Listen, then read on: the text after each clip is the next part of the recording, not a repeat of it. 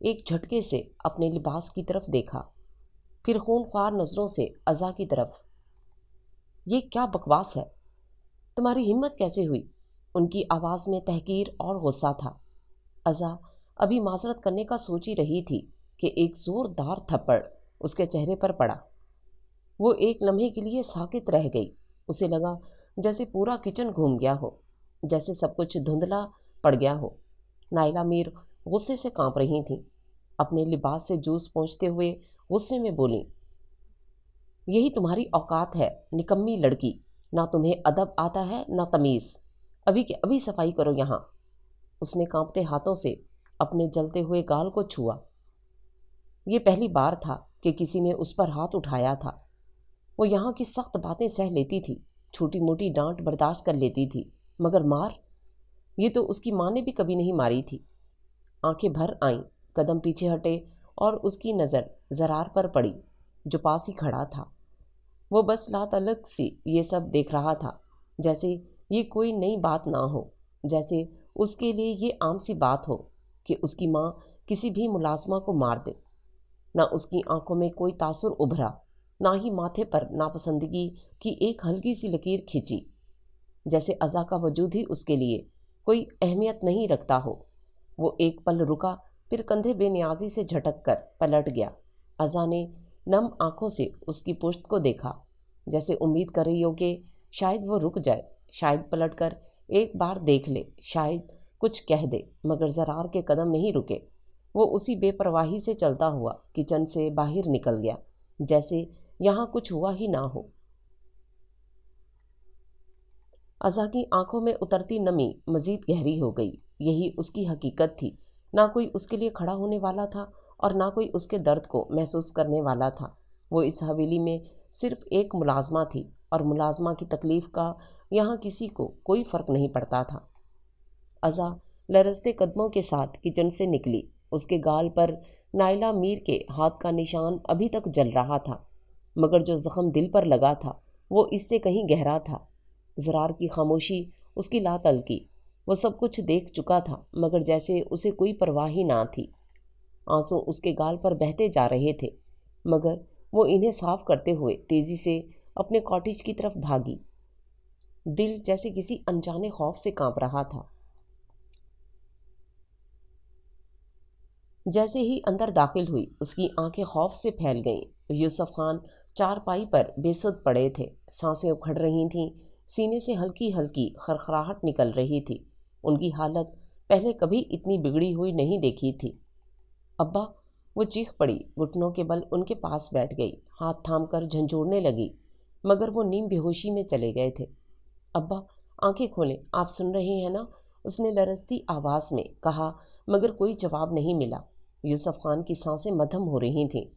اس کے دل میں ایک ہی خیال آیا، مدد، اسے مدد لینی ہوگی۔ وہ تیزی سے اٹھی اور دوبارہ حویلی کی طرف دوڑ پڑی۔ اس کے ننگے پاؤں زمین پر پڑتے جا رہے تھے، دامن بار بار پیروں میں الجھ رہا تھا، مگر وہ بس بھاگ رہی تھی۔ حویلی کے اندر داخل ہوتے ہی وہ ہانپتے ہوئے بولی، میرا باپ، میرے ابا کی طبیعت بہت خراب ہے، کوئی مدد کرے۔ مگر وہاں کھڑے لوگ ایک دوسرے کو دیکھنے لگے، جیسے یہ کوئی نیا مسئلہ نہ ہو۔ کسی نے لاپرواہی سے کہا، تمہارا باپ تو روز ہی بیمار ہوتا ہے، آج بھی ٹھیک ہو جائے گا۔ ہاں، ایسے ہی تماشا کرتی رہتی ہے، جب بھی کسی تقریب کا وقت آتا ہے یہی رونا لے کر آ جاتی ہے۔ عزا کی آنکھوں سے آنسو گرنے لگے۔ وہ ایک ایک کے چہرے کی طرف دیکھ رہی تھی، جیسے ان میں سے کوئی تو رحم کرے گا، کوئی تو اس کی فریاد سنے گا، مگر سب چہروں پر سرد مہری تھی۔ خدا کے لیے میرے باپ کو بچا لیں، کوئی حکیم بلا دے، کوئی کچھ تو کرے، وہ گڑ گڑائی، مگر کسی کے دل میں ہمدردی نہ جاگی۔ وہاں کھڑا ہر شخص سنگ دل تھا، کوئی بھی یوسف خان کو بچانے کے لیے آگے نہیں بڑھا۔ عزا کی چیخو پکار سن کر بھی کوئی آگے نہ بڑھا۔ سب نے ایک بے نیاز نظر اس پر ڈالی اور پھر اپنی باتوں میں مشغول ہو گئے، جیسے اس کی فریاد کی کوئی اہمیت ہی نہ ہو۔ وہ آنسو پہنچتے ہوئے دوڑتی ہوئی واپس اپنے کاٹیج پہنچی۔ اندر قدم رکھتے ہی اس کا دل جیسے سینے میں دھڑکنا بھول گیا۔ یوسف خان بالکل ساکت پڑے تھے۔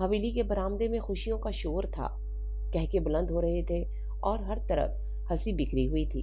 کل رامین کی بارات تھی اور اس خوشی میں سبھی رشتہ دار اور کزنز اکٹھے تھے۔ صبا اور رامین جو سگی بہنیں تھیں ایک دوسرے کے ساتھ بیٹھی مزے سے باتیں کر رہی تھیں، جبکہ زرار اور ہادی سامنے رکھے قالین پر ٹیک لگائے بیٹھے تھے۔ یار رامین، کل تو تمہاری زندگی کی سب سے بڑی رات ہے، کوئی گھبراہٹ محسوس ہو رہی ہے یا نہیں؟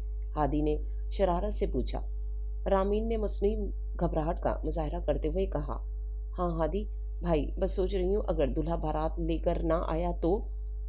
زرار جو خاموشی سے چائے کے کپ میں چمچ ہلا رہا تھا ہلکے سے مسکرایا، ہاں اگر ایسا ہوا تو حویلی میں تمہاری شادی کے لیے ہادی تیار بیٹھا ہے۔ کیا؟ رامین نے آنکھیں پھیلا کر زرار کو دیکھا، جبکہ ہادی نے جھٹ سے تکیہ اٹھا کر زرار کو دے مارا۔ او بھائی، میں تو مذاق کر رہا تھا، تم نے تو حد ہی کر دی۔ سب ہنسنے لگے اور صبا نے شرارت سے زرار کو گھورا، اور تم ہمیشہ دوسروں پر طنز کرتے ہو لیکن اپنی باری پر چپ سادھ لیتے ہو۔ زرار نے کندھے اچکائے، میری باری، مجھے کسی سے کوئی فرق نہیں پڑتا۔ ہادی نے فوراً موقع پر چوٹ کی، اچھا تو مطلب صبا کی بات بھی تمہیں کوئی فرق نہیں ڈالتی؟ پھر تو مسئلہ ہے، کیونکہ تم دونوں کی تو بچپن سے بات چل رہی ہے اور سب جانتے ہیں کہ شادی بھی تم دونوں کی ہونی ہے۔ زرار نے ایک لمحے کے لیے نظریں اٹھا کر ہادی کو دیکھا، ہلکا سا مسکرایا، پھر بے نیازی سے چائے کی چسکی لی۔ ازا کچن میں چائے تیار کر رہی تھی، برآمدے میں ہونے والی باتیں ہلکی ہلکی اس کے کانوں میں پڑ رہی تھیں۔ وہ سب ہنس رہے تھے، مذاق کر رہے تھے، مگر ایک جملہ اس کے دماغ میں گونج رہا تھا، تم دونوں کی تو بچپن سے بات چل رہی ہے اور سب جانتے ہیں کہ شادی بھی تم دونوں کی ہونی ہے۔ اس کے ہاتھ تھوڑا لرزے، دل جیسے کسی نے مٹھی میں جکڑ لیا ہو۔ وہ چائے کی ٹرے اٹھا کر باہر نکلی، چہرے پر کوئی تاثر نہیں تھا مگر دل میں طوفان اٹھ رہا تھا۔ جیسے ہی وہ برآمدے میں پہنچی، زرار نے لاپرواہی سے اس کی طرف دیکھا مگر کوئی خاص رد عمل نہیں دیا۔ ازا نے ایک ایک کر کے سب کو چائے دی مگر جب زرار کی طرف بڑھی تو اس کا ہاتھ ہلکا سا کانپا۔ وہ جانتی تھی اسے فرق نہیں پڑتا تھا مگر ازا کو اسے تو جیسے دنیا اجڑتی محسوس ہو رہی تھی۔ رات کے سائے گہرے ہو رہے تھے، حویلی میں ہر طرف خوشیوں کا شور تھا مگر ازا کے اندر مکمل خاموشی تھی، ایسی خاموشی جو دل کے اندر چیخیں دبا لیتی ہے۔ وہ چائے کی خالی ٹرے لیے واپس کچن میں آ گئی مگر اس کے قدم جیسے بوجھل ہو گئے تھے۔ تم دونوں کی تو بچپن سے بات چل رہی ہے اور سب جانتے ہیں کہ شادی بھی تم دونوں کی ہونی ہے، یہ جملہ بار بار اس کے کانوں میں گونج رہا تھا۔ تو زرار اور صبا، یہ بات ازا کے لیے نہیں تھی مگر شاید حویلی میں سب کو معلوم تھا، سب کے لیے یہ عام تھا، بس وہی تھی جو حقیقت سے انجان تھی، وہ جو دن بدن زرار کی طرف کھینچتی چلی جا رہی تھی، وہ جو اس کی ہر نظر، ہر لاپرواہی کو بھی اپنی محبت کی شدت میں لپیٹ کر قبول کر رہی تھی۔ تو میں واقعی کچھ نہیں ہوں، بس ایک ملازمہ۔ دل جیسے چیخ اٹھا مگر ہونٹ خاموش رہے۔ اگلی صبح ازا ساری رات سو نہیں سکی تھی، باہر ہر طرف بارات کی تیاریوں کی گہما گہمی تھی اور اندر وہ تھی جو خود کو سنبھالنے کی کوشش کر رہی تھی۔ جب وہ اپنے کمرے سے باہر نکلی تو حویلی کے وسیع و عریض صحن میں سب ناشتہ کر رہے تھے، خادم خدمت میں مصروف تھے، خواتین آپس میں باتیں کر رہی تھیں اور مرد اپنی ہی دنیا میں تھے۔ زرار کی آنکھوں میں ابھی بھی نیند کی سرخی تھی، بکھرے بال ٹی شرٹ کی آستین اوپر مڑے وہ کرسی کھینچ کر بیٹھا ہی تھا کہ نائلہ میر کی تیز آواز گونجی، یہ کوئی طریقہ ہے؟ شادی والا گھر ہے، سب صبح جاگے ہوئے ہیں اور تم ابھی تک مزے سے سو رہے تھے۔ زرار نے لاپرواہی سے کندھے اچکائے، پانی کا گلاس بھر کر پیا اور کرسی کی پشت سے ٹیک لگا لی۔ اسی وقت ازا دبے قدموں سے باہر آئی، اس کی نظریں زمین پر تھیں مگر وہ محسوس کر سکتی تھی کہ حویلی کے لوگ اسے دیکھ رہے ہیں۔ نائلہ میر نے فوراً اسے مخاطب کیا، ازا زرار کے لیے ناشتہ بنا دو۔ وہ خاموشی سے سر جھکائے باورچی خانے میں چلی گئی۔ دل میں ایک عجیب سا بوجھ تھا مگر وہ جانتی تھی کہ انکار کی گنجائش نہیں تھی۔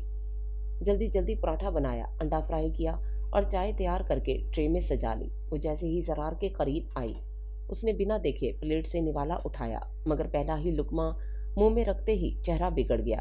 یہ کیا بنایا ہے؟ اف، اتنا نمک! اس نے زور سے پلیٹ میز پر پٹکی۔ ازا گھبرا گئی، وہ شاید غلطی سے نمک۔ زرار نے غصے سے نوالا پلیٹ میں پھینکا اور تیز نظروں سے ازا کو گھورا۔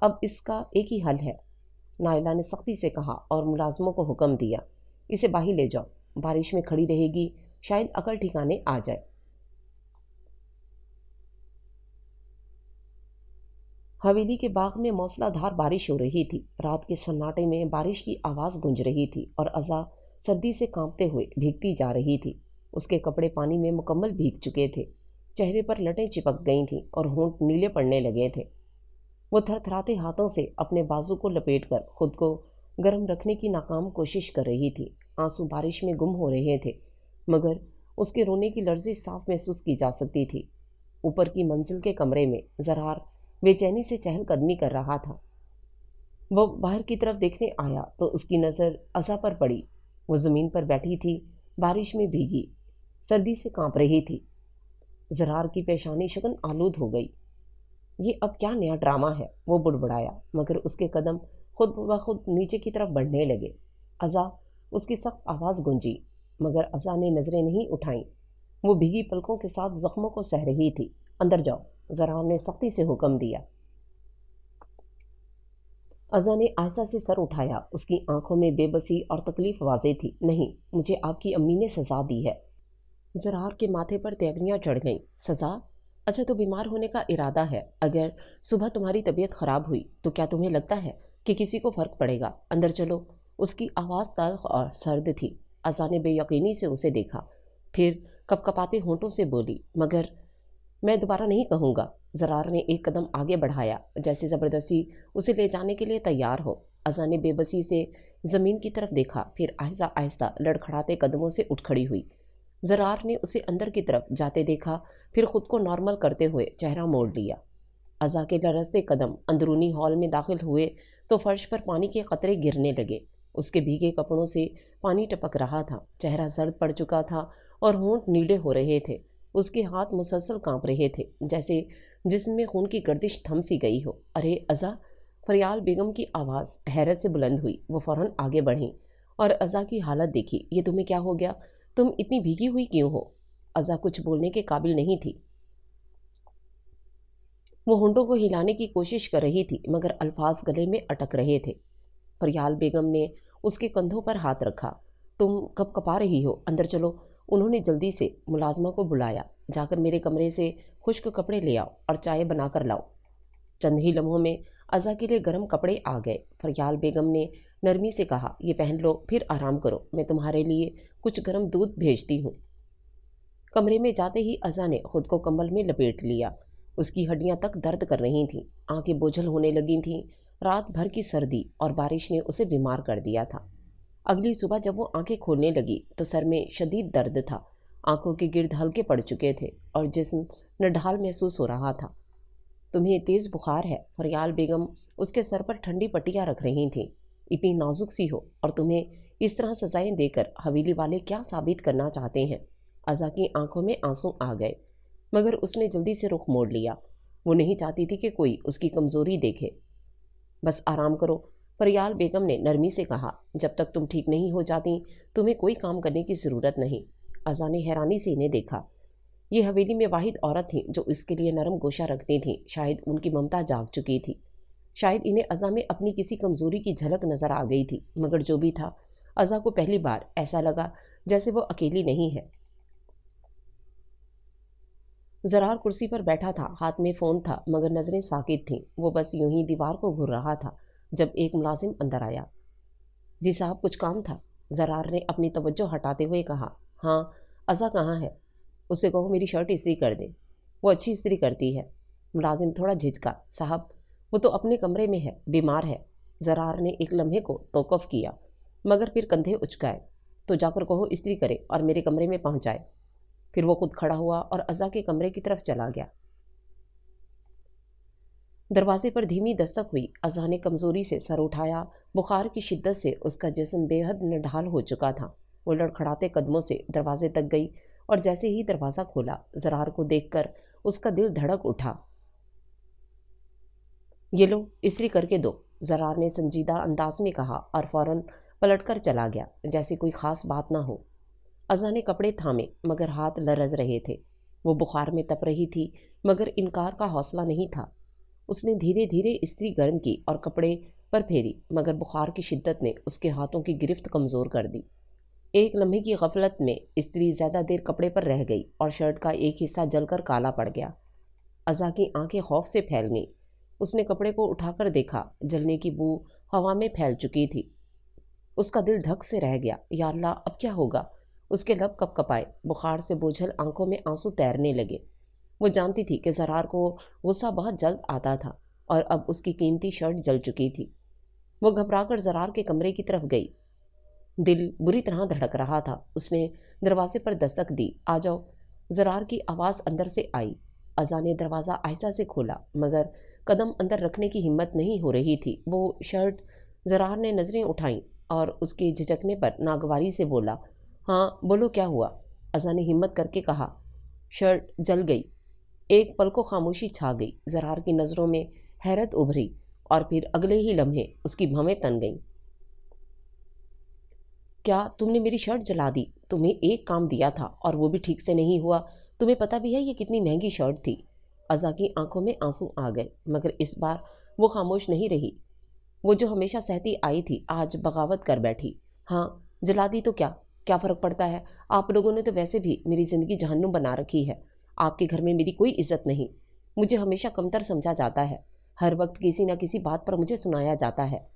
زرار ایک لمحے کے لیے خاموش ہو گیا۔ وہ ازا کی یہ بے باکی دیکھ کر حیران رہ گیا تھا۔ یہ وہی لڑکی تھی جو ہمیشہ خاموشی سے ہر بات سہ لیتی تھی، جو کبھی جواب تک نہیں دیتی تھی۔ میں یہاں نہیں رہنا چاہتی، میں اس گھر میں قید محسوس کرتی ہوں۔ ازا کی آواز لرز رہی تھی، مگر وہ بولتی چلی گئی، آپ کا یہ غصہ، آپ کا یہ حکم چلانا سب زہر لگنے لگا ہے مجھے یہاں سے جانا ہے۔ زرار نے سختی سے لب بھینچ لیے۔ اس کے چہرے پر غصہ تھا، مگر عجیب بات یہ تھی کہ اس بار وہ مزید کچھ کہہ نہیں پایا۔ ازا کی آنکھوں میں جو تکلیف تھی وہ اس کا سامنا نہیں کر سکا۔ ازا کے صبر کا پیمانہ لبریز ہو چکا تھا۔ وہ کانپتے ہاتھوں سے اپنی آنکھوں کے بہتے آنسو صاف کرتے ہوئے زرار کو تیکھے لہجے میں بولی، آپ لوگوں نے مجھے کیا سمجھ رکھا ہے؟ ایک ملازمہ، ایک غلام، جسے جو مرضی کہہ دو، جو مرضی کروا لو۔ کبھی آپ کی ماں مجھے مارتے مارتے نہیں تھکتی، کبھی آپ مجھ پر غصہ نکال دیتے ہیں اور کبھی وہ سب مجھے ذلیل کر کے رکھ دیتے ہیں۔ میں بھی انسان ہوں، میرے بھی جذبات ہیں، مگر آپ سب کے لیے میں کچھ بھی نہیں ہوں نا، بس ایک بیکار چیز ہوں، ایک ایسا وجود جس کی کوئی عزت نہیں، کوئی اہمیت نہیں۔ زرار نے سختی سے لب بھینچ لیے۔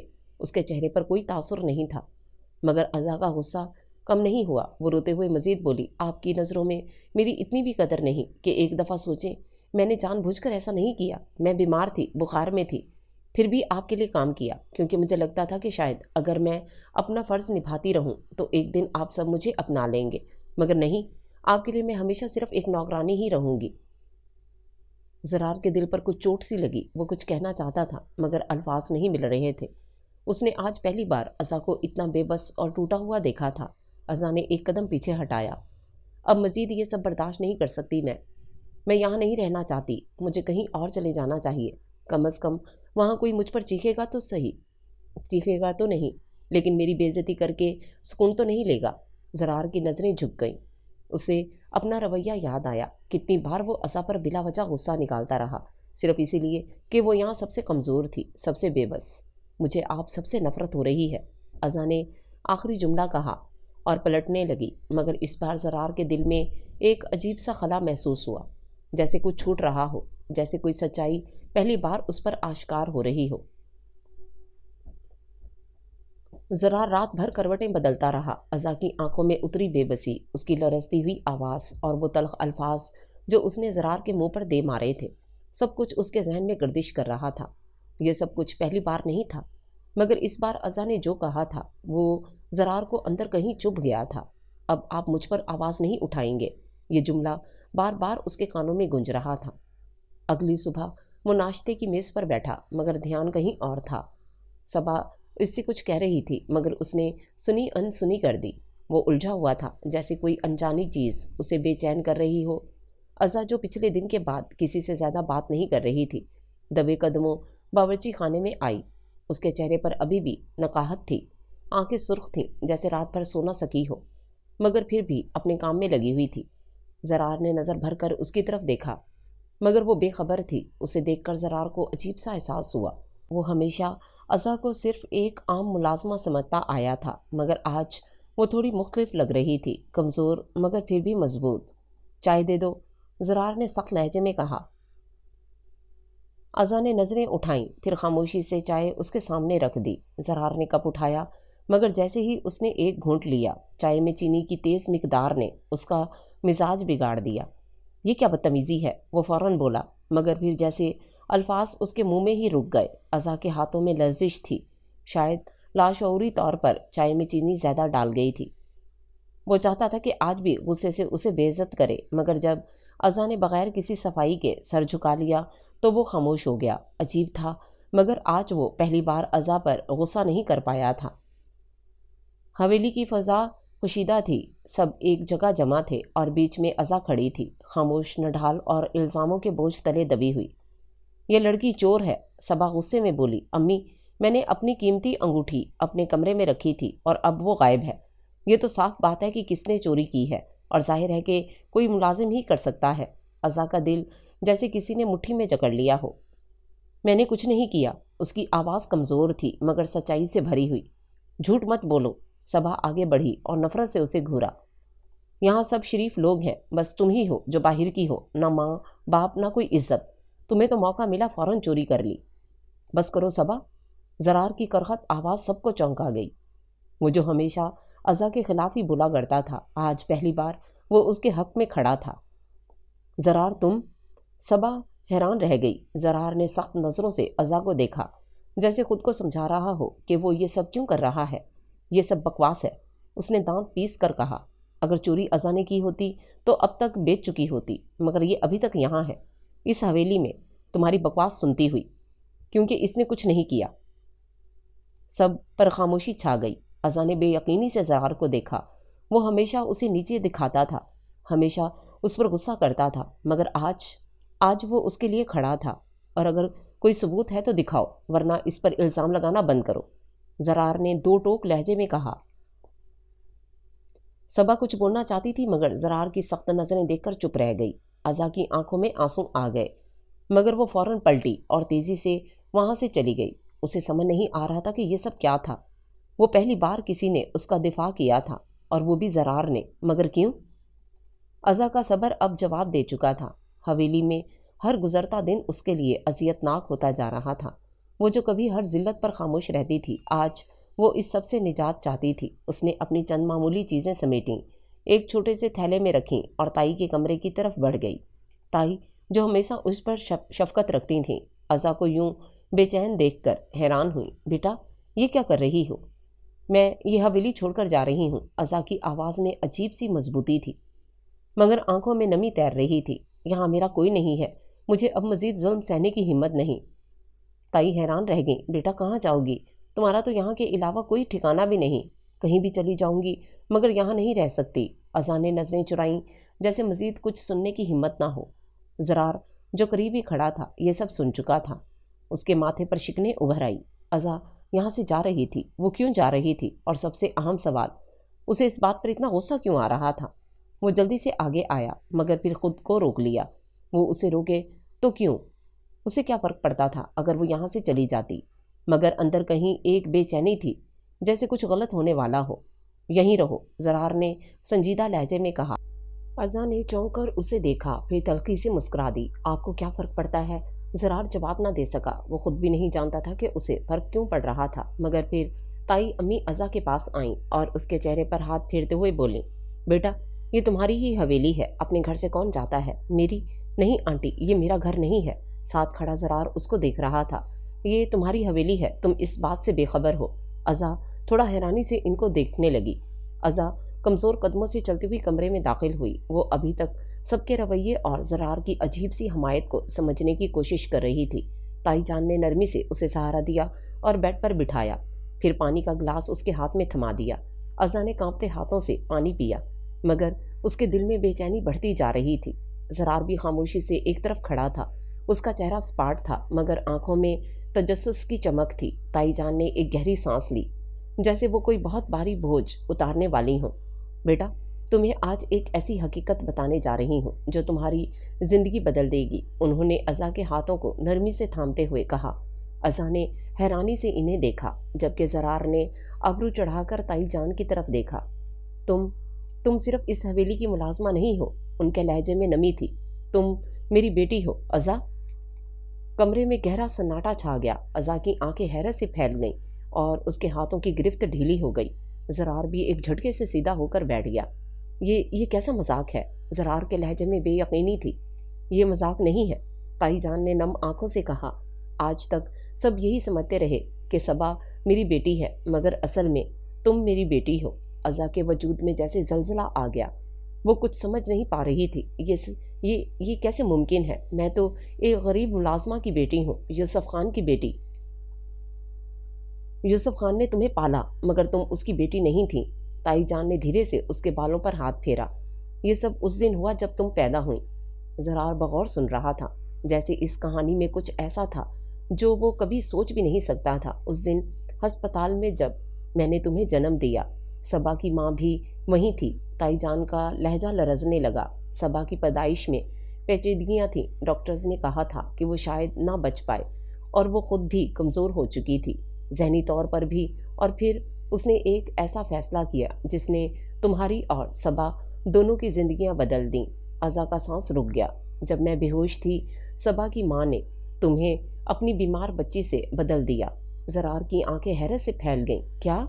ہاں، تائی جان نے آنسو صاف کیے۔ اسے لگا کہ اگر اس کی بیٹی کمزور ہے تو حویلی والے اسے قبول کر لیں گے۔ وہ نہیں چاہتے تھے کہ ان کی بیٹی کمزور ہو، کیونکہ اس کے بعد وہ اور بچے نہیں لا سکتے تھے۔ اس نے تمہیں اپنی جگہ رکھ دیا تاکہ تمہاری جگہ صبا حویلی میں رہے، اور تمہیں ایک ملازمہ کی زندگی دی گئی۔ ازا کو لگا جیسے کسی نے اس کے اندر سے روح کھینچ لی ہو۔ وہ سکتے کے عالم میں تھی، اس کی آنکھوں سے آنسو بہنے لگے۔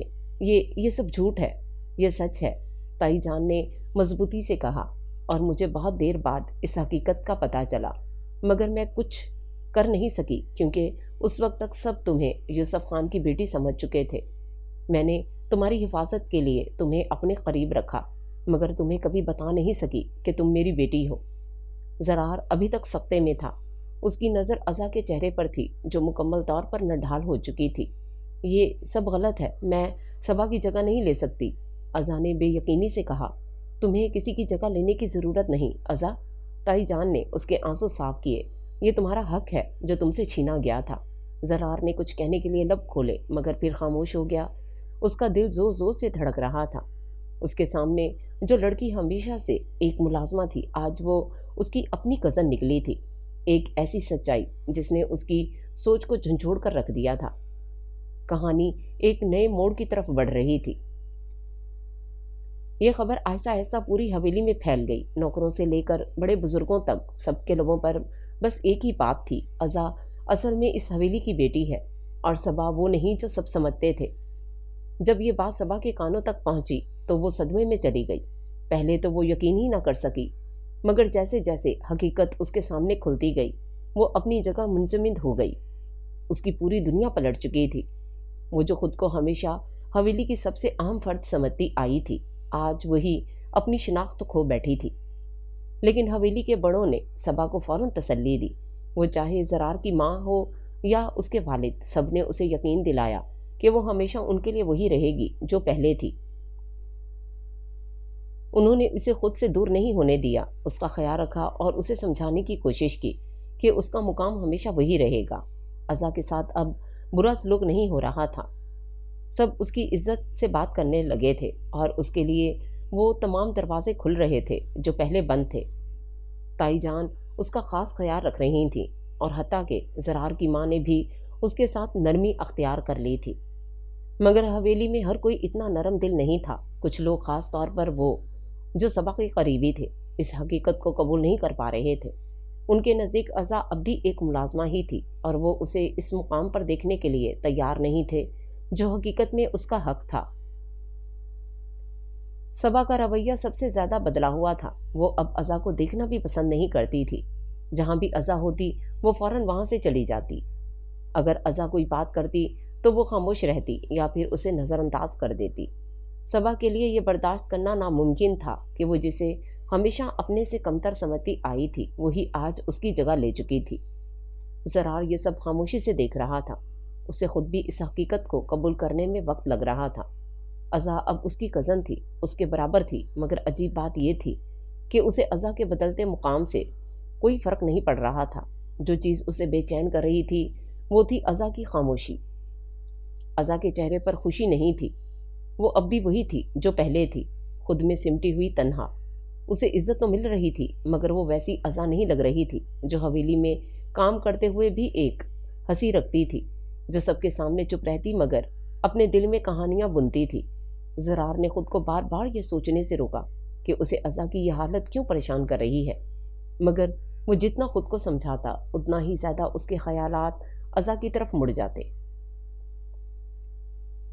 زرار نے کئی دنوں تک ازا کو خاموش، سنجیدہ اور گمسم دیکھا۔ وہ جو پہلے اپنے اندر درد چھپا کر بھی جینے کی کوشش کرتی تھی، اب مکمل طور پر کھوئی کھوئی لگ رہی تھی۔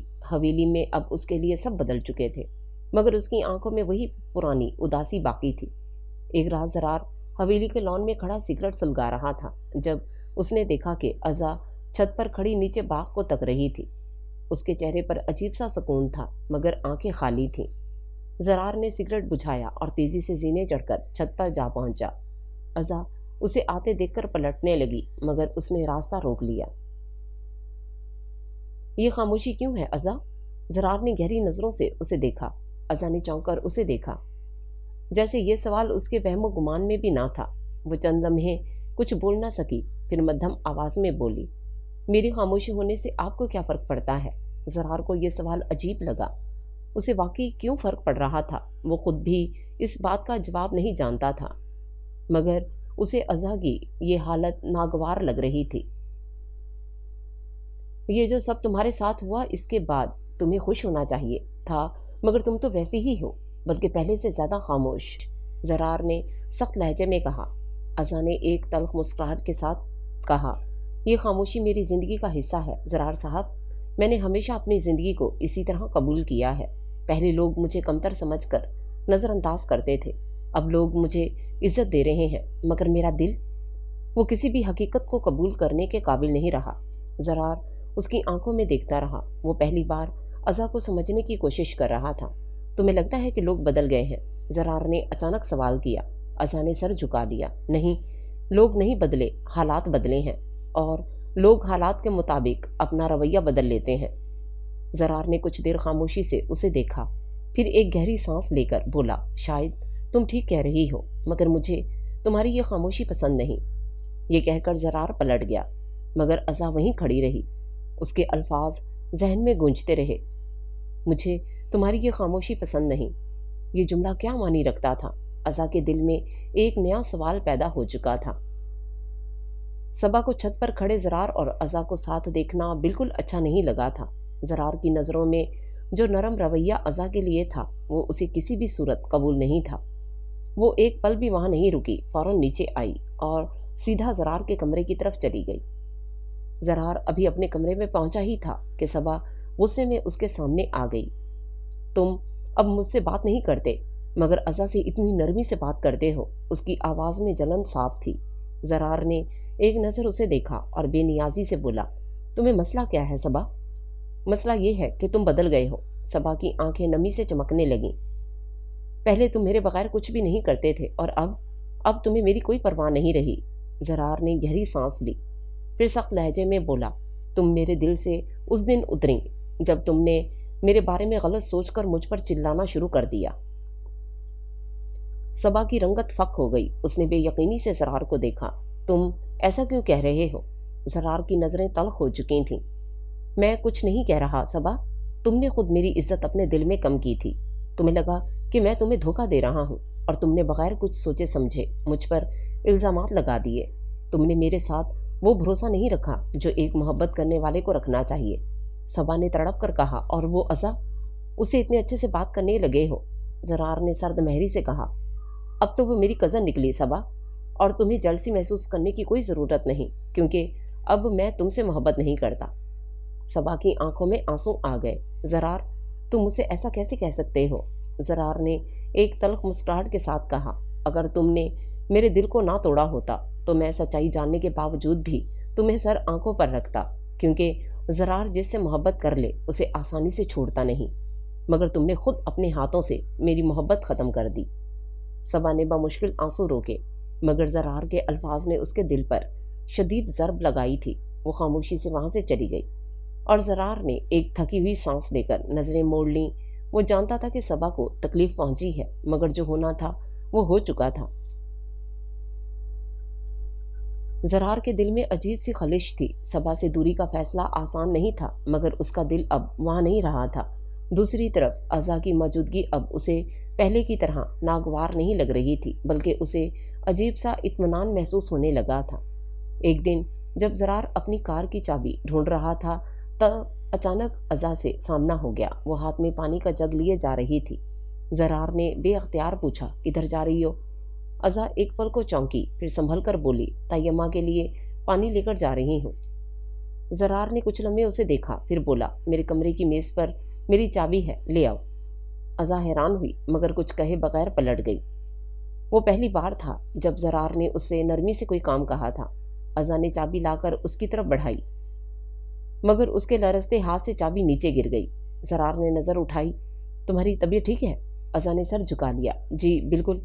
زرار نے کچھ لمحے اسے غور سے دیکھا، پھر بنا کچھ کہے چابی اٹھائی اور باہر نکل گیا۔ عزا کے لیے یہ چھوٹا سا لمحہ بھی حیرت کا باعث تھا۔ ادھر صبا دن بدن زرار کے بدلے ہوئے رویے سے بے چین ہو رہی تھی۔ وہ اسے نظر انداز کر رہا تھا، عزا سے نرمی برت رہا تھا، اور یہ چیز صبا کو کسی بھی قیمت پر قبول نہیں تھی۔ رات کو حویلی کے باغ میں زرار اکیلا بیٹھا سگریٹ سلگانے والا تھا کہ صبا وہاں آ گئی۔ تمہیں عزا کی اتنی فکر کیوں ہونے لگی؟ وہ سیدھا سوال کر بیٹھی۔ زرار نے الجھ کر اسے دیکھا، پھر لاپرواہی سے کہا، صبا اب یہ بچپنا بند کر دو۔ بچپنا؟ یہ بچپنا نہیں ہے زرار۔ صبا کی آواز تیز ہو گئی، میں نے تم سے محبت کی ہے اور اب تم… زرار نے سختی سے جواب دیا، صبا میں تم سے محبت کرتا تھا، مگر تم نے وہ محبت ختم کر دی۔ اب میں مجبور نہیں ہوں کہ تمہیں وہی عزت دوں جو پہلے دیتا تھا۔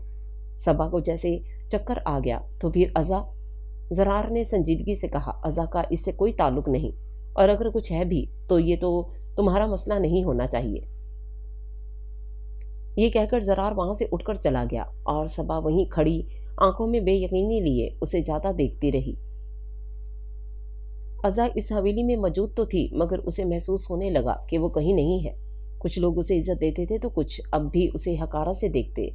پہلے زرار کی ماں کا رویہ بدلا تھا، مگر اب وہ بھی ویسے ہی برتاؤ کرنے لگیں جیسے پہلے کیا کرتی تھیں۔ ایک دن عزا نے تیمہ کے کمرے میں جا کر ان کے قریب بیٹھتے ہوئے کہا، آنٹی نہیں، اب تو میں آپ کو بس اماں کہوں گی، کیونکہ آپ میری ماں ہیں۔ تیمہ نے شفقت سے اس کا ہاتھ تھاما، بیٹا یہ تو تمہارا اپنا گھر ہے اور میں تمہاری ماں ہوں۔ عزا نے نم آنکھوں کے ساتھ تلخی سے مسکرا کر کہا، یہ گھر میرا ہونے کے باوجود میرا نہیں ہے اماں، مجھے یہاں کسی کا رویہ سمجھ نہیں آتا۔ کچھ لوگ عزت دیتے ہیں، کچھ ویسی ہی نفرت کرتے ہیں جیسے پہلے کرتے تھے۔ میں نہ ملازمہ ہوں اور نہ اس گھر کی بیٹی لگتی ہوں، بس ایک عجیب سی بے یقینی میں ہوں۔ اگر میں واقعی آپ کی بیٹی ہوں تو مجھے اس حویلی میں عزت ملنی چاہیے۔ تیمہ کی اس بات سن کر گہری سوچ میں پڑ گئی۔ وہ جانتی تھیں کہ عزا سچ کہہ رہی تھی۔ عزا کو اس گھر میں عزت دلانے کے لیے انہیں کوئی بڑا قدم اٹھانا ہوگا۔ تیمہ رات کو زرار کے کمرے میں گئیں۔ وہ اپنے موبائل پر کچھ دیکھ رہا تھا جب اماں نے عائشہ سے کہا، زرار تم سے ایک بات کرنی ہے۔ زرار نے چونک کر انہیں دیکھا، جی تیمہ۔ تیمہ اس کے سامنے بیٹھ گئیں، ان کی آنکھوں میں نمی تھی۔ بیٹا عزا کے بارے میں سوچا ہے کبھی؟ زرار نے بھویں گڑی، عزا کے بارے میں؟ ہاں، وہ اس حویلی میں رہتی تو تھی، مگر اسے آج بھی آدھے لوگ ملازمہ سمجھتے ہیں۔ وہ اس گھر کی بیٹی ہے، مگر اسے وہ عزت نہیں ملی جو ملنی چاہیے تھی۔ زرار خاموش رہا۔ وہ جانتا تھا کہ اماں جو کہہ رہی ہیں وہ سچ تھا، مگر وہ اس وقت اس بات کو سمجھنے کو تیار نہیں تھا۔ تیمہ نے ایک گہرا سانس لیا اور بولی، بیٹا عزا کو اس حویلی میں مکمل عزت تبھی مل سکتی ہے جب وہ تمہاری بیوی بنے۔ زرار کے ہاتھ میں پکڑا موبائل چھوٹ کر صوفے پر جا گرا۔ کیا وہ بے یقینی سے اماں کو دیکھنے لگا؟ ہاں بیٹا، اماں کی آنکھیں بھیگ چکی تھیں۔ میں تم پر کوئی زبردستی نہیں کر رہی، مگر میں تم سے ہاتھ جوڑ کر کہتی ہوں، عزا سے نکاح کر لو۔ میری بیٹی کو عزت مل جائے گی، اس کی زندگی میں وہ مقام آ جائے گا جو اسے چاہیے۔ اگر وہ تمہاری بیوی ہوگی تو سب اسے عزت دیں گے، اسے کوئی کمتر نہیں سمجھے گا۔ زرار کی نظریں فرش پر جم گئیں۔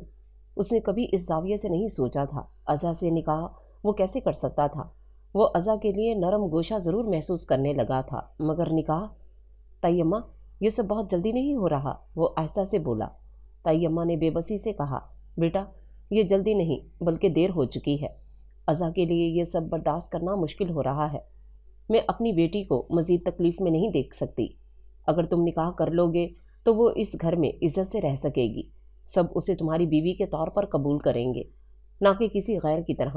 زرار نے اماں کی آنکھوں میں بے بسی دیکھی اور ایک لمحے کو کچھ سوچا۔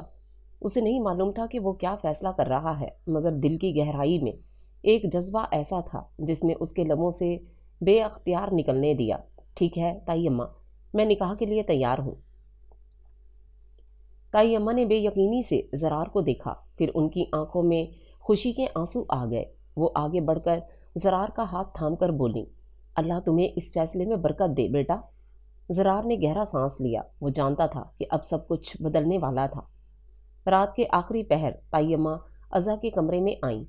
ازا کھڑکی کے پاس کھڑی خاموشی سے چاند کو تک رہی تھی، جیسے کسی انجانی امید میں ڈوبی ہو۔ تائی اماں نے نرمی سے اس کے کندھے پہ ہاتھ رکھا۔ بیٹا، میں تم سے ایک ضروری بات کرنے آئی ہوں۔ ازا نے چونک کر پیچھے دیکھا۔ تائی اماں کی آنکھوں میں ایک عجیب سی اپنائیت اور سنجیدگی تھی۔ ازا نے گھبرا کر پوچھا، جی اماں، سب خیریت ہے؟ تائی اماں نے اس کا ہاتھ تھام لیا اور اسے اپنے ساتھ بٹھایا۔ وہ تھوڑا رک کر بولی، ازا، میں نے زرار سے بات کر لی ہے اور وہ نکاح کے لیے راضی ہو گیا ہے۔ ازا کا دل ایک لمحے کے لیے رک سا گیا۔ وہ بے یقینی سے تائی اماں کو دیکھنے لگی۔ نکاح؟ اس کا سانس حلق میں اٹکنے لگا۔ ہاں بیٹا، تائی اماں نے مسکراتے ہوئے کہا، زرار نے ہاں کر دی ہے۔ اب تم اس حویلی میں ایک ملازمہ یا بس کسی کی کھوئی ہوئی بیٹی نہیں، بلکہ اس گھر کی بہو بن کر رہو گی۔ تمہیں وہ مقام ملے گا جس کی تم حقدار ہو۔ ازا کی آنکھیں حیرت، خوشی اور جذبات سے بھر گئیں۔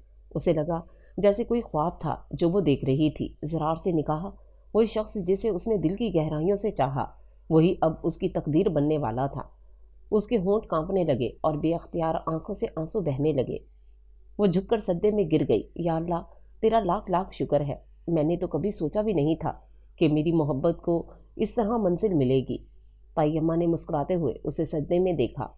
ازا نے آنکھیں بند کر کے دل میں دعا مانگی، یا اللہ، اگر یہ میرا نصیب ہے تو اس میں برکت ڈال دے، اور اگر یہ میرا امتحان ہے تو مجھے ہمت دینا کہ میں اسے نبھا سکوں۔ ازا کا دل اس لمحے سکون اور خوشی سے بھر گیا تھا۔ وہ جانتی تھی کہ ابھی بھی بہت سی مشکلات آئیں گی، مگر کم از کم آج کی رات اس کی زندگی کی سب سے حسین رات تھی۔ رات کی تاریکی میں پوری حویلی خاموش تھی، مگر زرار کی آنکھوں میں نیند کا نام و نشان تک نہ تھا۔ وہ اپنے کمرے میں بے چینی سے ادھر ادھر ٹہل رہا تھا، کبھی ہاتھ باندھ لیتا، کبھی ماتھے پر ہاتھ پھیرتا، جیسے کوئی بڑی الجھن اسے جکڑ چکی ہو۔ وہ خود کو آئینے میں دیکھنے لگا۔ اس کی آنکھوں میں ایک عجیب سی بے چینی تھی، جیسے کچھ غلط ہونے کا احساس اسے اندر ہی اندر کچوکے لگا رہا ہو۔ کیا میں نے صحیح فیصلہ کیا؟ وہ خود سے پوچھنے لگا۔ ازا سے نکاح کی بات زبان سے نکالنا آسان تھا، مگر اب جب حقیقت قریب آ رہی تھی اسے عجیب سا محسوس ہو رہا تھا۔ وہ جانتا تھا کہ ازا بے قصور تھی، وہ اس حویلی میں بہت کچھ سہ چکی تھی اور شاید نکاح کے بعد اسے عزت مل جائے، مگر کیا میں اس رشتے کو قبول کر پاؤں گا؟ زرار نے ہاتھ کی مٹھی بند کی۔ اسے وہ دن یاد آیا جب ازا نے غصے میں کہا تھا، مجھے آپ سب نے ہمیشہ نیچا دکھایا ہے، مجھے اس گھر میں رہنا ہی نہیں۔ اور اب وہی ازا اس کی بیوی بننے جا رہی تھی۔ میں نے ہمیشہ اس سے نفرت کی، میں نے اسے ذلیل کیا، اسے ستایا، اور اب وہ میری بیوی کہلائے گی۔ وہ الجھن میں بیٹھ گیا، سر دونوں ہاتھوں میں تھام لیا۔ اس کی زندگی میں ہمیشہ سے سب کچھ اس کی مرضی سے ہوا تھا، جو چاہا لے لیا، جو ناپسند آیا دور کر دیا، مگر یہ نکاح، یہ فیصلہ صرف اس کا نہیں تھا، یہ تائی اماں کا فیصلہ تھا، ازا کی قسمت تھی، اور شاید اس کے اپنے دل کا بھی کوئی انجانا فیصلہ۔ کیا میں ازا کو وہ مقام دے سکوں گا جو ایک بیوی کو ملنا چاہیے؟ کیا میں اس کے ساتھ انصاف کر پاؤں گا؟ اس نے کھڑکی سے باہر دیکھا، چاند پوری آب و تاب سے چمک رہا تھا۔ اسے وہ رات یاد آ گئی جب اس نے پہلی بار ازا کو بارش میں روتے ہوئے دیکھا تھا۔ اس دن بھی اسے عجیب سا احساس ہوا تھا، جیسے کچھ بدل رہا ہو، یہ کیا ہو رہا ہے میرے ساتھ؟ کیا واقعی میں نے صحیح فیصلہ کیا؟ وہ ایک طویل سانس لے کر کھڑا ہو گیا۔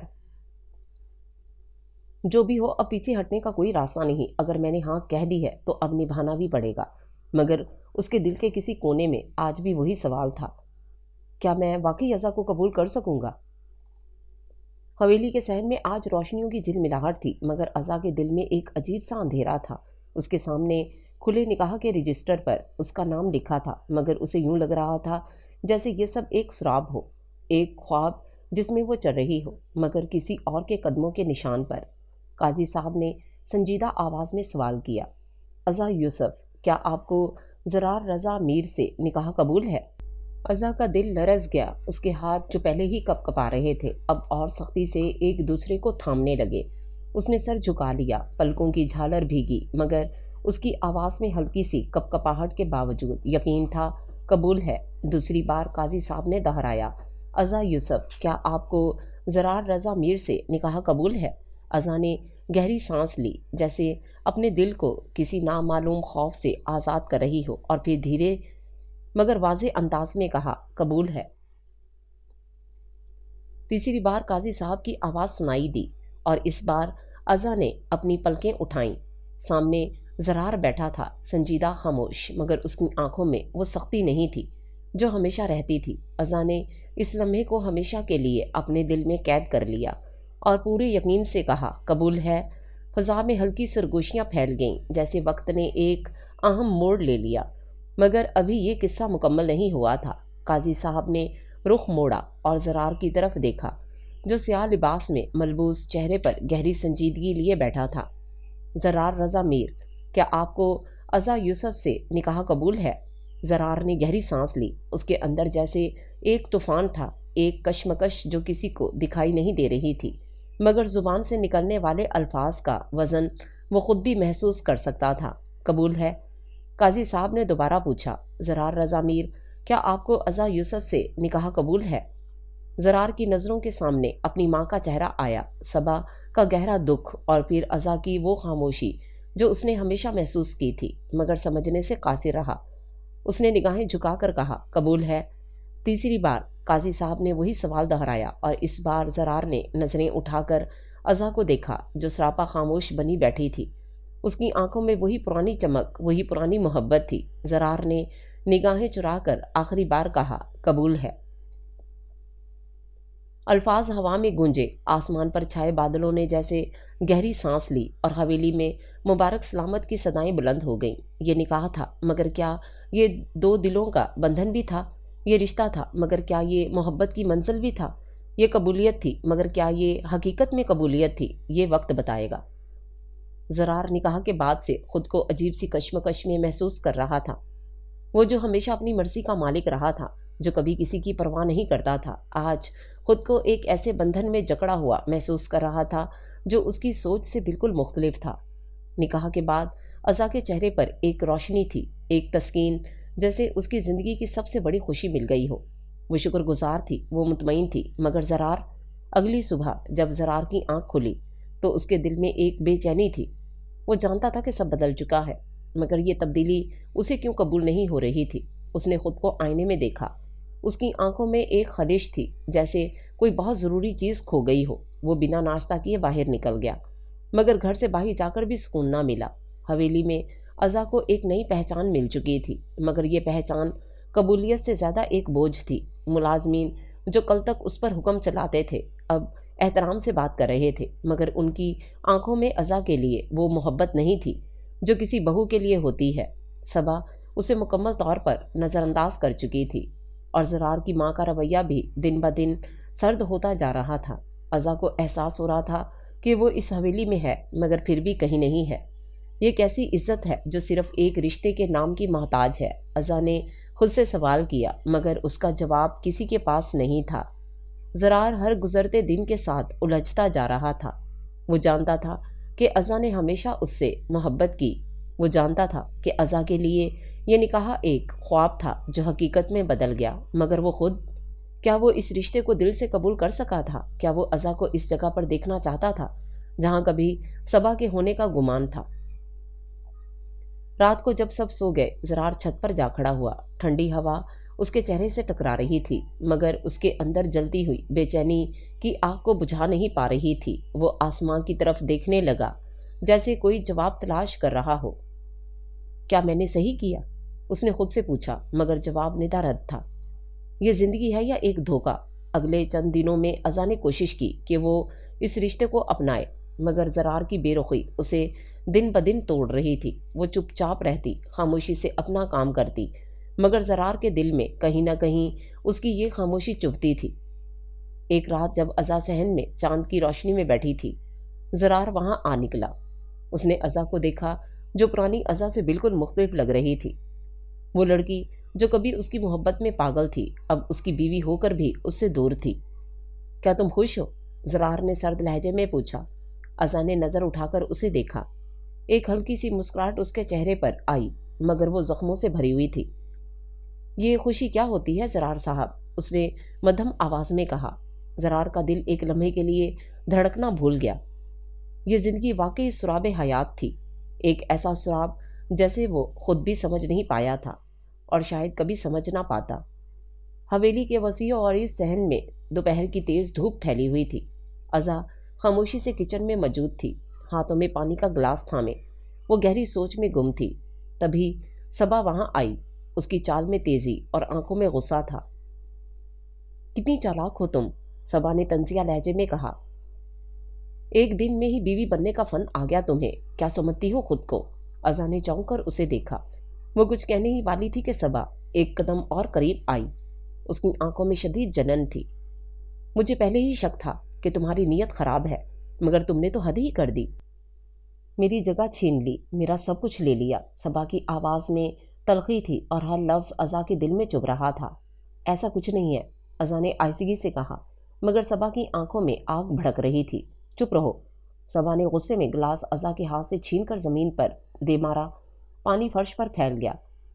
اب تو تمہیں بولنے کی ضرورت بھی نہیں، کیونکہ سب کچھ تمہاری چالاکیوں کے مطابق ہو چکا ہے۔ ازا نے ایک لمحے کے لیے صبا کو دیکھا، پھر نظریں جھکا لیں۔ وہ جانتی تھی کہ صبا کے لیے یہ سب کتنا تکلیف دہ ہے، مگر وہ خود بھی اس صورتحال میں اپنی مرضی سے نہیں آئی تھی۔ تبھی زرار تیز قدموں سے اندر داخل ہوا۔ اس کی نظریں صبا پر جم گئیں۔ صبا! زرار کی گرجتی ہوئی آواز پورے کچن میں گونجی۔ صبا نے پلٹ کر اسے دیکھا، مگر زرار کی آنکھوں میں جو شدید غصہ تھا، اس نے ایک پل کے لیے اس کے قدموں کو جکڑ دیا۔ میری بیوی سے آئندہ اس لہجے میں بات مت کرنا۔ زرار کی آواز میں سختی تھی، ماتھے پر بل اور آنکھوں میں بے قابو غصہ۔ صبا کو ایسے لگا جیسے کسی نے اس کے دل میں خنجر گھونپ دیا ہو۔ وہ جس شخص کی محبت تھی، جس کے لیے وہ سب کچھ چھوڑنے کو تیار تھی، وہ آج اس کے مقابل ازا کو لیے کھڑا تھا۔ زرار، تم مجھ پر چلا رہے ہو؟ اس کے لیے؟ صبا کی آواز لرز گئی، آنکھوں میں آنسو تیرنے لگے۔ ہاں، کیونکہ تم حد سے بڑھ رہی ہو، زرار نے سختی سے کہا۔ ازا اب میری بیوی ہے اور میں نہیں چاہتا کہ کوئی بھی اس سے بدتمیزی کرے، خاص طور پر تم۔ صبا نے ایک دم گردن موڑی، جیسے وہ مزید سننے کی تاب نہ رکھتی ہو۔ وہ غصے، صدمے اور بے بسی کے ملے جلے جذبات میں پلٹ کر وہاں سے چلی گئی، مگر اس کے آنسو اس کی ہار کا ثبوت تھے۔ ازا نے حیرت سے زرار کو دیکھا۔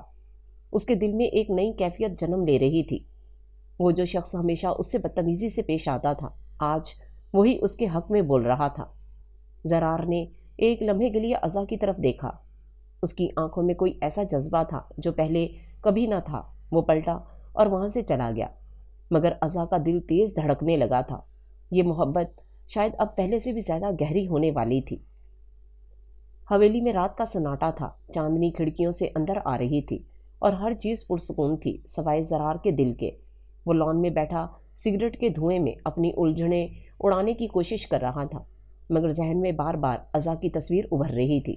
وہی ازا جو اب اس کی بیوی تھی، مگر پھر بھی اس سے اتنی دور تھی۔ کچھ بدلا تھا، ضرور بدلا تھا۔ اگلے دن زرار کا دھیان بار بار ازا کی طرف جا رہا تھا۔ وہ حویلی کے ایک کونے میں جھکی ہوئی صفائی کر رہی تھی، مگر انداز میں پہلے جیسی بیزاری نہیں تھی۔ اب وہ اس حویلی کی مالکن تھی، مگر عادتیں وہی پرانی تھیں۔ زرار نے بغور اسے دیکھا۔ اس کی پیشانی پر پسینے کے قطرے تھے، مگر وہ اپنی ہی دھن میں کام کر رہی تھی۔ یہ سب کرنے کی ضرورت نہیں۔ زرار کی آواز پر وہ چونک گئی۔ جی؟ ازا نے نظریں اٹھائیں، مگر فوراً جھکا لیں۔ تم اب اس گھر کی ملازمہ نہیں ہو ازا؟ زرار کی آواز میں نرمی تھی جو خود اسے بھی حیران کر رہی تھی۔ مگر میں فارغ نہیں بیٹھ سکتی، ازا نے ہلکی سی مسکراہٹ کے ساتھ کہا۔ زرار کو لگا جیسے کوئی نرم روشنی اس کے دل کے دروازے پر دستک دے رہی ہو۔ یہ کیا تھا؟ کیوں وہ اس کی سادگی پر مسکرانے پر مجبور ہو گیا تھا؟ رات کے کھانے پر ازا سب کے لیے سالن نکال رہی تھی جب اچانک اس کا ہاتھ جل گیا۔ وہ ہلکا سا سسکی مگر زبان سے کچھ نہ کہا۔ زرار نے فوراً دیکھا مگر چپ رہا۔ وہ سب کے سامنے کسی چیز کا اظہار نہیں کرنا چاہتا تھا، مگر جب وہ کچن میں پانی لینے گئی زرار بھی وہاں پہنچ گیا۔ ہاتھ دکھاؤ، ازا نے نظریں جھکا لی۔ نہیں، کچھ نہیں ہوا ازا، زرار نے سنجیدگی سے کہا۔ ہاتھ دکھاؤ۔ ازا نے آہستہ سے اپنا جلا ہوا ہاتھ آگے کیا۔ زرار نے نرمی سے اس پر مرہم لگایا۔ وہ جو کبھی اس سے سخت لہجے میں بات کرتا تھا، آج اس کا لمس اتنا نرم کیوں تھا؟ ازا کے دل کی دھڑکنیں بے ترتیب ہونے لگیں۔ تم ہمیشہ اتنی بے وقوف کیوں ہوتی ہو؟ زرار نے آہستہ سے کہا، مگر اس کی آواز میں وہ تلخی نہیں تھی جو پہلے ہوتی تھی۔ زرار کا دل عجیب الجھن کا شکار تھا۔ اسے ازا کی معصومیت، اس کی خاموشی، اس کی سادگی، سب کچھ اچھا لگنے لگا تھا۔ وہ جب اس کے پاس ہوتی تو وہ بے اختیار اسے دیکھتا رہتا۔ مگر کیوں؟ یہ کیا ہو رہا ہے؟ یہ محبت ہے یا بس ایک سراب؟ مگر جتنا وہ اس سوال کا جواب ڈھونڈنے کی کوشش کرتا اتنا ہی وہ ازا کی طرف کھینچا چلا جا رہا تھا۔ زرار جو ہمیشہ سے لاپرواہ تھا، جسے کسی چیز کی فکر نہ تھی، جس کا کمرہ ہمیشہ بکھرا رہتا تھا، جسے اپنی چیزیں سنبھالنے کا کوئی خیال نہ تھا، اب آہستہ آہستہ بدل رہا تھا۔ اور یہ سب کب ہوا، کیسے ہوا، اسے خود بھی اندازہ نہ تھا، مگر فرق صاف نظر آ رہا تھا۔ پہلے زرار کے کمرے میں ہر چیز الٹی سیدھی پڑی رہتی تھی، بیڈ پر بکھرے کپڑے، زمین پر جوتے، ٹیبل پر سگریٹ کے ٹکڑے۔ وہ ہمیشہ ایسا ہی تھا، لاپرواہ، بے فکر، مگر نکاح کے بعد آہستہ آہستہ چیزیں خود ہی ٹھیک ہونے لگیں۔ وہ رات دیر سے کمرے میں آتا مگر ہر چیز صاف ستھری ملتی، بیڈ پر چادر سلیقے سے بچھی ہوتی، ٹیبل سے سگریٹ کے ٹکڑے غائب ہوتے، کپڑے ترتیب سے رکھے ہوتے۔ پہلے اسے حیرت ہوئی، پھر عادت، پھر ایک دن اس نے ازا کو یہ سب کرتے دیکھ لیا۔ وہ خاموشی سے اس کے بکھرے گئے کمرے کو سنوار رہی تھی، بغیر کسی شکایت کے، بغیر کسی شکوے کے۔ زرار دروازے پر کھڑا اسے دیکھتا رہا۔ یہ وہی ازا تھی جو کبھی ایک معمولی ملازمہ تھی، جسے وہ کبھی عزت دینا تو دور، دیکھنے کا بھی روادار نہ تھا، مگر اب وہ اس کی دنیا بنتی جا رہی تھی۔ زرار کے دل میں ایک عجیب کیفیت پیدا ہونے لگی تھی۔ وہ جو ہمیشہ گھر میں سب کے سامنے سر جھکا کر بیٹھتا تھا، جیسے کوئی خاص عزت نہیں دیتا تھا، وہ جو اپنی ماں کے تلخ جملے روز سنتا تھا، اب وہ خاموشی سے اپنی عزت خود بحال کر رہا تھا۔